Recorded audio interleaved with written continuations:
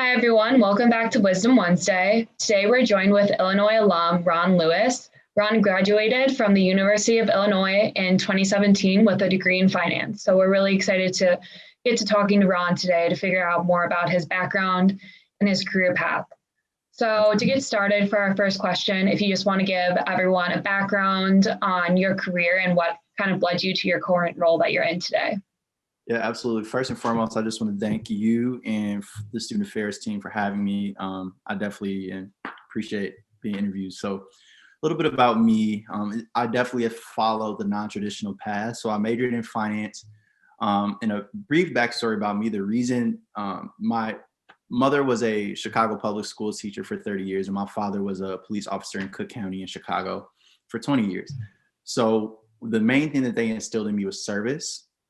And I think that that is really embedded into everything that I was able to do within school and then even after school. So even serving as student body president, my main thing was serving, right? That's the main thing. That was my main goal. After school, I actually went into Teach for America. So like it's completely right field, like everything that I studied. But for me, kind of hearing the stories of my mom growing up, of her experience teaching and the good and the bad, I understood the impact that she had on her kids. So for me, I can only, imagine what that would have meant as a Black male. There's only 2% of total teachers that are Black males. I knew for me, it would have been a special moment.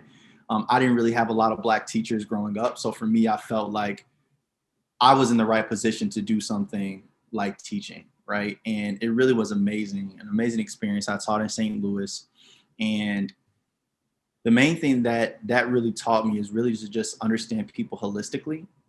I would often say if my main thing that I did was just teaching my students and they grew by a lot, I would have failed, right? Because I know that they needed more from me, and my purpose is bigger than just kind of going in and doing what's asked. So I got really close with them.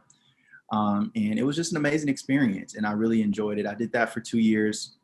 And then now I work at an education startup / not-for-profit. And my role is to help launch their platform, focus on formerly incarcerated men and employing them, right? So that was kind of what I got hired for, is to kind of pilot different companies / ventures to see if it was sustainable for them. And fortunately, I was able to build a real estate company where we work with developers and owners all across Chicago. And I employ 8 to 10 guys, and it's a really great opportunity. So that's what I'm doing now. Cool. Yeah, that's a really interesting backstory. I know a lot of the time students think that you'll have to take that traditional career route right out of college, but also it's important too to follow your own interests and desires and really what drives you and motivates you each day to go to work. So then also moving into more of your time at the university, just for some background, what residence hall did you live in freshman year? So I stayed in ISR. So even though I was a business major, and a lot of engineers stayed in ISR, I went on a tour and I met, his name was Zach. I'm forgetting his last name, but shout out to Zach. Zach Rhodes, I want to say. And a really amazing guy. He was an engineer. So I kind of got the best of both worlds of kind of being with the smart people and seeing how they studied and, still being in business. So ISR, yep. Yeah, that's a really cool thing too about being at the university, especially your freshman year. You meet such a broad spectrum of people and people from different backgrounds, people with different majors. So it definitely creates a bigger reach of people that you get to know and just different experiences in general your freshman year. And then moving into your classes, is there a specific class that you remember, or professor on campus that was your favorite, or a certain professor that really instilled something in you? Yeah, absolutely. So when I think about my favorite, well, I don't have favorites. All my teachers are amazing, of course. Yeah. But if I had to choose one, Professor Sterling Rasky, he taught me wealth management. He had a wealth management course. And as I studied finance, I think when you start thinking about and building wealth management, you understand how IRAs work and all those things work. But he did a lecture that was called like, does money equal happiness? Right. And it talked about all these different things where it's like a lot of people put money in the front of their purpose, in the front of their jobs, but that doesn't necessarily indicate that you're going to be happy. And I thought it was really powerful because, I mean, there's probably a few people, I don't want to speak for everybody, there's probably a few Yeah. people that do finance for money, right? Like, Mhm. but to have that in that class was so powerful because yes, we're going to be leaders within finance or within anything that we do. But I think that he embedded that into the class to show us that there are so many more things to life than money, right? It's about happiness. It's about the impact you make. And that kind of was something that I still hold in me. It's like, of course, I want to be able to transition into wealth building industries and opportunities, but at the core, it's about being happy. It's about making that impact. Yeah, I think that's really powerful piece of advice that your professor provided you, and definitely something that we can all think about when we're thinking about our future and what we want to pursue with that. And then just from your time on campus, do you have any favorite memories or experiences that you had? Man, I had so many experiences. I don't know what I want to talk about. Um, I mean, I'll just go with this answer. Fortunately, in the positions I've been able to be in, I've had a lot of great opportunities to not only network with a lot of the amazing students, but networking with a lot of the top faculty, right? So I was fortunate enough to, work with Chancellor Jones, with Angie, so many people, and they really shaped what I felt like it meant to be a leader. Um, One of the things that I try to pride myself on and always remind myself is like, even if I continue advancing in my career, the thing that sets me apart is my ability to be in those rooms with executives and faculty, but also still understand like I'm still a student. I'm still like, there's nothing that differentiates me from anybody else. And I think that that's the power of, I feel like my story and my journey at the University of Illinois is like, even though I've had those connections with top faculty and advisors, it's like I came to build my connections with the students, and if I lost that and if I changed who I was to be in those positions, then it's like, what's the point? Because it was my friends and different students on campus that helped me to get to the places that I can be in those positions. So for me, it was like really that duality of like being able to be in those spaces, but then also like never forgetting like the beauty of just what college and the University of Illinois has to offer with the students, my friends, and my family. Sweet, yeah. That was some really good pieces of advice. Definitely when you're also building up your network too, it's good to have a different variety of people who are within that network that can help you for different specific things that you might need.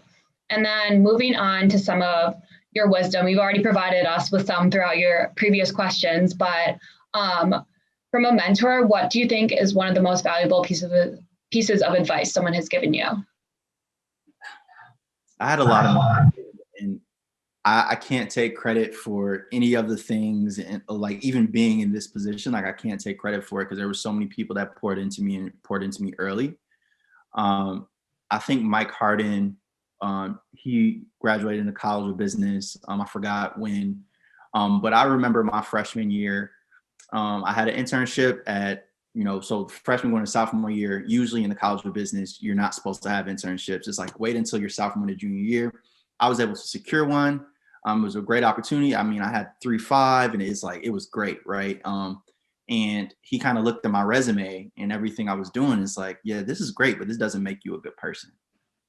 And honestly, it kind of pissed me off a bit because it's like, as a freshman, I'm doing all these things. I'm giving my resume. Everybody is so like amazed. And he was just like, okay, this is great, but this doesn't make you a good person.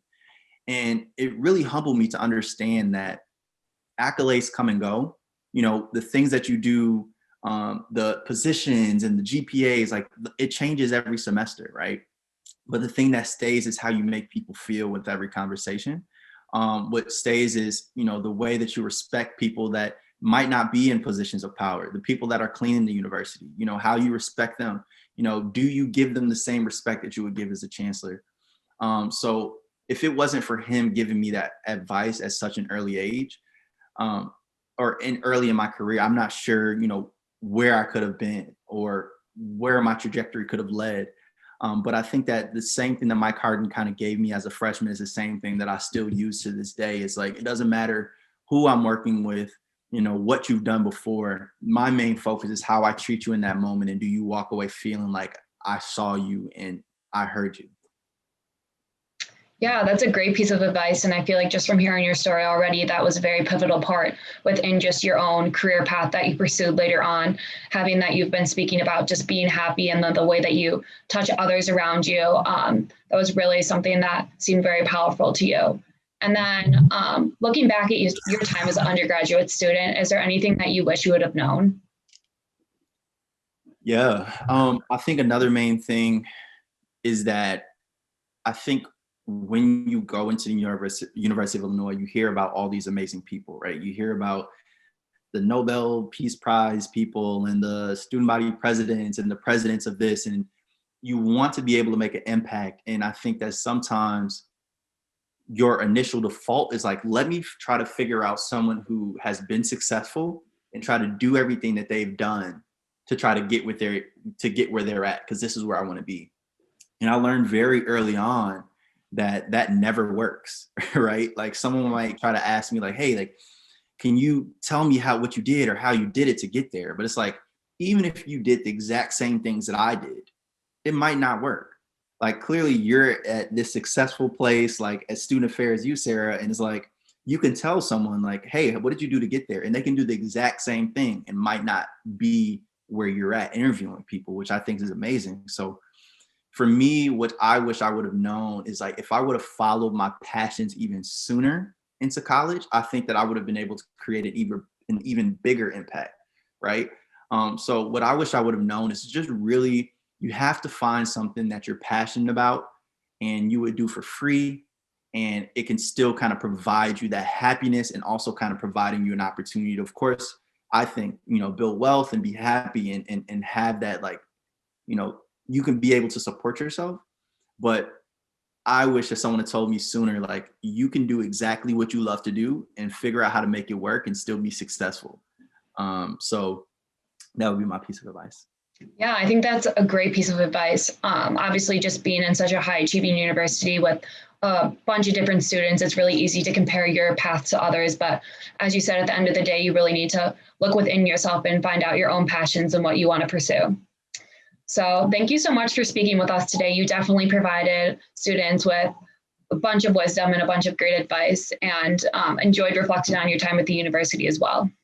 Absolutely, Sarah. Awesome. Thank you. Yeah.